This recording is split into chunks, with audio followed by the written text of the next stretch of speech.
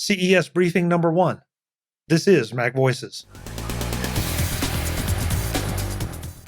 Today's edition of MacVoices is supported by Truebill. Get control of your subscriptions at truebill.com/MacVoices. Welcome to MacVoices. This is the talk of the Apple community, and I'm Chuck Joyner. Folks, this is the first in a few CES updates that I plan to provide to you. When I didn't get to go to CES this year, for all the obvious reasons, and then some maybe not so obvious reasons, I knew that I would be missing out on the booths that we all always stop at, because they are always delivering great products to the Apple community, for the Apple community. But it's those booths that have something that you really didn't expect or anticipate, that you read the press release, but it didn't do a great job of communicating just how interesting the product would be.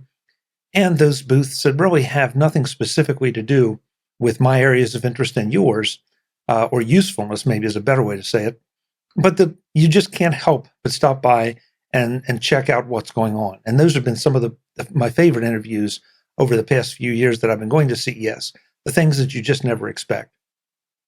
So I'm going to combine my reading of press releases, my virtual attendance at some of the press events, PepCom and Showstoppers, and really any place else that I can find information, and point out some of the products that if I had been there, I would have definitely stopped by the booth and taken a look at, and that maybe I can make you aware of to go and check out a little more. I'll be inviting pretty much all of these folks to MacVoices to come on and talk about those products in a little more detail. If we don't make it, that'll be fine. You can check them out on your own. Or if you don't want to wait and see if they respond, you can certainly go check them out on your own. And also, for those of you listening to the audio version of MacVoices this time around, you might want to visit YouTube and Vimeo so you can see the visuals that I've gathered up for the products, so you understand a little bit better about what we're talking about. So, let's get started. Scosche is always a favorite stop during CES because they offer a wide variety of high-quality products, and this year continues that tradition. Their new Strike, right-angle charge, and sync braided cables have a number of obvious uses, and makes me wonder why we don't see more right-angle cables. The Scosche MagSafe compatible charging puck means that you'll have another choice beyond Apple's solution, and fits quite nicely with their new BaseLinks MS wireless stand for MagSafe charger.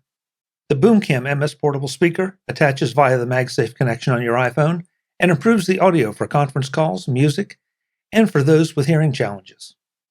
And the Boom Bottle magnetic portable speaker ups the game on sounds for those who want it bigger, badder, and louder. And that's not to mention all the new car mounts with lots of options, a new smart dash cam, and more. Plugable announced a triple 4K dock station for laptops that only support as few as 1 external monitors. It also adds 6 USB 3 ports and 60 watts charging to charge the host laptop, making it ideal for the lower-end MacBook models. This is one I'm particularly excited about because, as you know, I love screen real estate. WHOOSH has added to their line of electronics cleaning products with a new eco-friendly line that includes reusable bottles and cartridges. Just add water. They join a WHOOSH line of products specifically designed for any and all of your tech, and that helps sanitize that tech as well. I've been using WHOOSH for some time now, and really rely on it to help keep my tech clean. AfterShokz bone conduction headphones have always seemed to make an appearance on the MacVoices holiday gift guides. Now, the company has changed their name to Shokz and announced the Open Run Pro, featuring 9th generation bone conduction tech and 2 bass enhancers. Also announced was the OpenCom headset, a bone conduction headset with a DSP boom mic. Today's edition of MacVoices is supported by Truebill. Get control of your subscriptions at truebill.com/MacVoices. Is it too late for New Year's resolutions? I don't think so. You probably just took down the holiday decorations and haven't been paying attention to anything else anyway. So now it's time to pay attention to Truebill.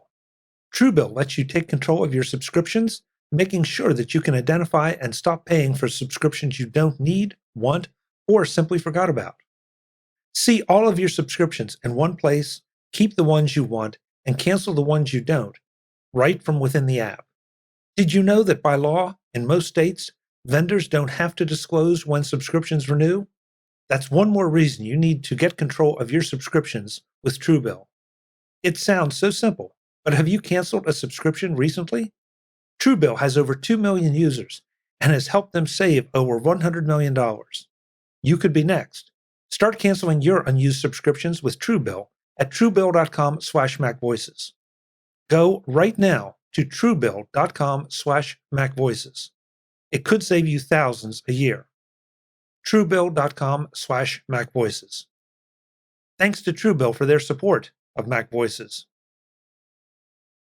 HANDL announced a new MagSafe compatible grip that looks like a great option for when you want one-handed operations of your iPhone, but that can be removed when you don't, and for charging.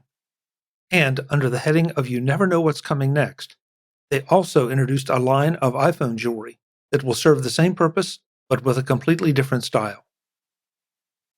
Hyper caught my attention with two releases.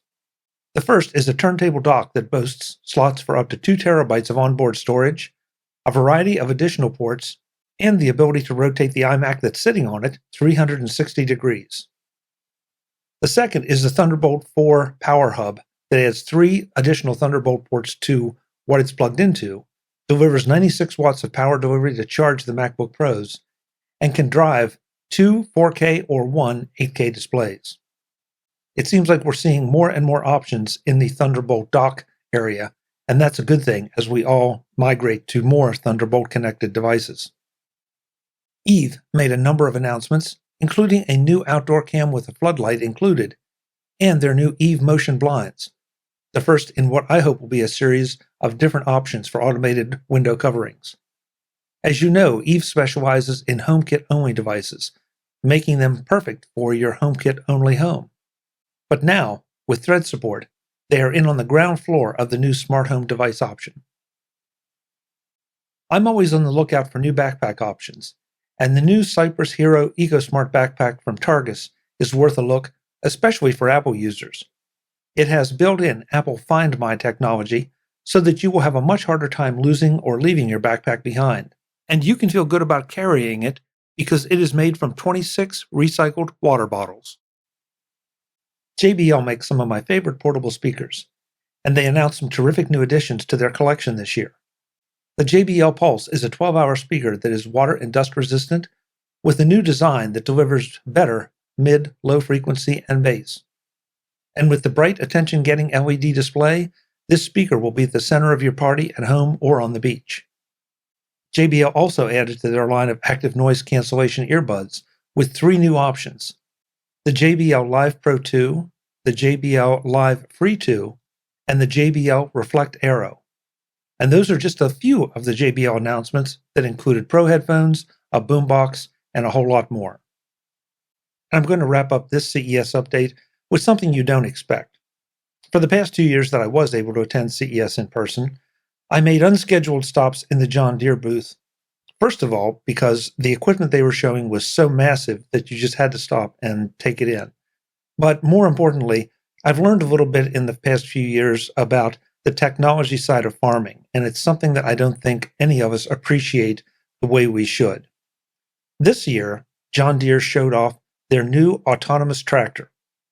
Now, I'm not qualified to really give you any significant information on this tractor other than to suggest that you go and watch the YouTube video that I'll have a link to in the show notes of this MacVoices episode. It gives you some small idea of how John Deere is trying to take farming into the future and use technology to improve yields, production, ease the workloads on our farmers, and a whole lot more. You may or may not know how much technology is involved in farming today, and it's only going to increase tomorrow. And this is one way that John Deere is trying to do that. So that wraps up this first MacVoices CES update. I'll be back with more, as well as our regular MacVoices interviews and some interviews from people that I would have talked to at CES as we can get them scheduled. Until the next time, and as always, this is MacVoices. I'm Chuck Joyner. Thanks for watching. Visit MacVoices.com for show notes and to connect with Chuck on social media. Get involved in our Facebook group or like our Facebook page, and get more out of your Apple tech with MacVoices Magazine, free on Flipboard and on the web.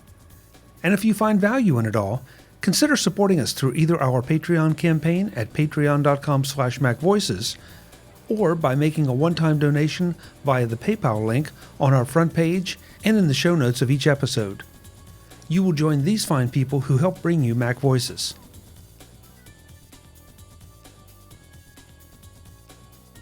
Advertising handled by Backbeat Media at backbeatmedia.com. Bandwidth provided by CacheFly at cachefly.com.